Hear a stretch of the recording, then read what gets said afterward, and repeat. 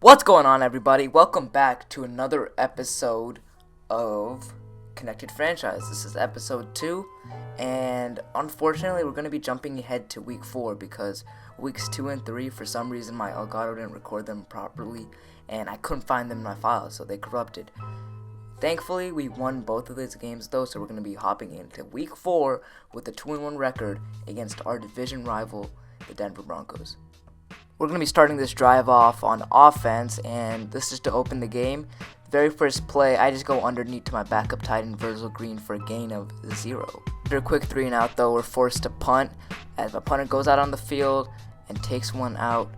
And their man, number 27, tries to return it, and he almost has something. He breaks one tackle, goes to the outside, but we finally are able to bring him down. Hopefully our defense is able to hold them to nothing, so we get the ball back deep in our own territory at the 6-yard line, and I decided to run it on the first play with Melvin Gordon, and he gets a nice little pickup of about 5 yards to open up our drive.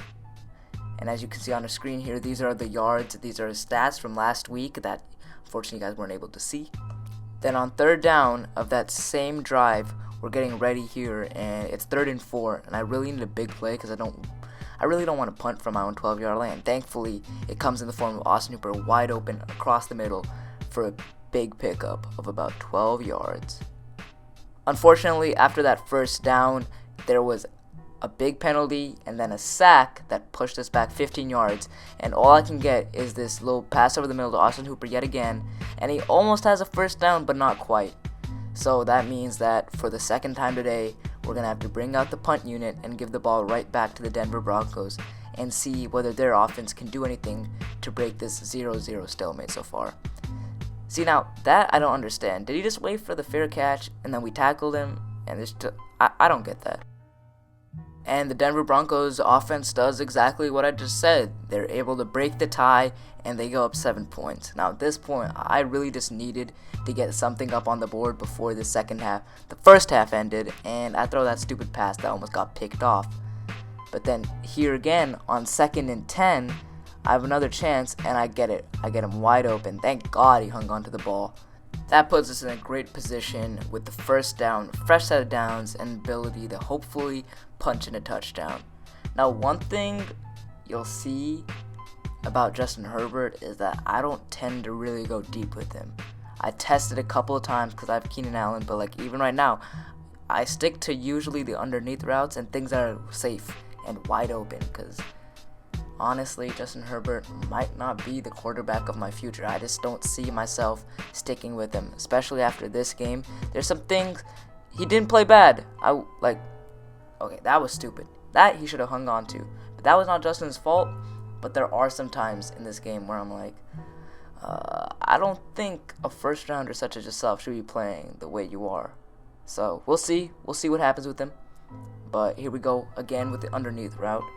And we're putting together a drive. We're definitely very close to field goal range, if not in field goal range already. But here on 3rd down, we're just hoping to convert. And that, I'm sure, pushed us out of field goal range. I tried to hit the outside with Justin, and my right tackle just couldn't hold a block. Bradley Chubb brings me down, and here I am to punt the ball away for the 3rd time in this half. Getting nothing going so far on the offensive end. It's a pretty good punt though. We pinned them inside their own 10. Our defense held up and we were able to get 3 points up on the board to end our offensive side of this half as we get ready to hop right into the second half. Here we go. Unfortunately, we gave them a minute and some change. They had too much time and they drove down and they got their own field goal. So we're back in the same position we were, down 7, and this time we're kicking them the ball as we can see what they decide to do with it. 27 is going to return it out, a little past the 25. Good return for him, but honestly, it's just all up to the AI. I don't know how this defense is going to play, but hopefully they can get another stop. Thank the Lord, the defense is able to come up with a stop, giving us the ball back at our own 9-yard line, as Justin Herbert has a man wide open across the middle, but misses him, throwing it at his feet. See, this is what I was talking about. With Herbert's accuracy being a growing concern here for this Chargers team, it's very possible we might have a quarterback controversy here in LA very soon. The very next play, we're going underneath to Gabriel across the middle, and that's going to be good for about 8 yards. Now that we're looking at a 3rd and 2, we originally decided to call a pass play, but then we reversed that decision and go with a run play to hopefully pick up the first down with Austin Eckler, and thankfully he's able to just barely trip over the line and pick up that first down. We decided to call a no huddle to get everyone back to the line of scrimmage as quick as possible and hike the ball pretty fast. We see single coverage one-on-one with Keenan Allen, decided to toss it up, but the ball is deflected for an incomplete pass. The next play, we have Keenan. He's going to be our main receiver, our hot receiver, hoping to get the ball in his hands. He is the playmaker here on the offensive side, and we see him open across the middle, but there's a flag on the play. Now, I don't know who it's on. I'm just hoping it's on the defense because that was a solid 20 yards at least. And of course, it's going to be called on us, and that play is actually going to set us back 5. So that's going to bring up 2nd and 15 instead of the 1st and 10 we should have had much farther down the field. But as we hike the ball, I see triangle. It gets a little bit of separation, but unfortunately that ball is a little bit underthrown behind the receiver, and it's picked off heading the other way. They're able to capitalize on the short field, going up by 2 touchdowns, and yet here we are just going 3 and out yet again, punting the ball back to them as we return it to about the 50-yard line. They can't score again though, and the defense holds them. It's still early. We have a whole quarter ahead of us, and I see Keenan Allen wide open. Just plenty of time to make this comeback. 2 touchdowns is nothing in Madden.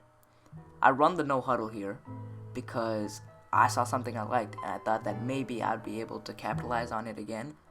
So when I hike the ball, I'm running trail shakes, and I see him underneath, and he breaks that one tackle to give him around 8 yards on the play and give us even better field position. So this means we only need 2 yards on our next play, and instead of running the ball, I decide I'll keep it in the air, and hopefully Justin Herbert can make something out of nothing. I run the play action, and I see all this field to my right, so I roll out to the right, but I see that linebacker chasing. Thankfully, triangle pulls him away, and it's enough for Justin Herbert to run for a first down. Plays go by really quickly. We only get 7, and I turn around and I throw something that I had no business throwing that almost gets intercepted and ends our drive and eventually our game. We never ended up getting the ball back, and with a series of kneels, the Denver Broncos are able to pull out a win as we fall to 2-2 on the year. Now this one was a super tough one to lose, not only because it was a division rival, but because they're also supposed to be one of the worst teams in our division, and this is one that I really thought we were going to win.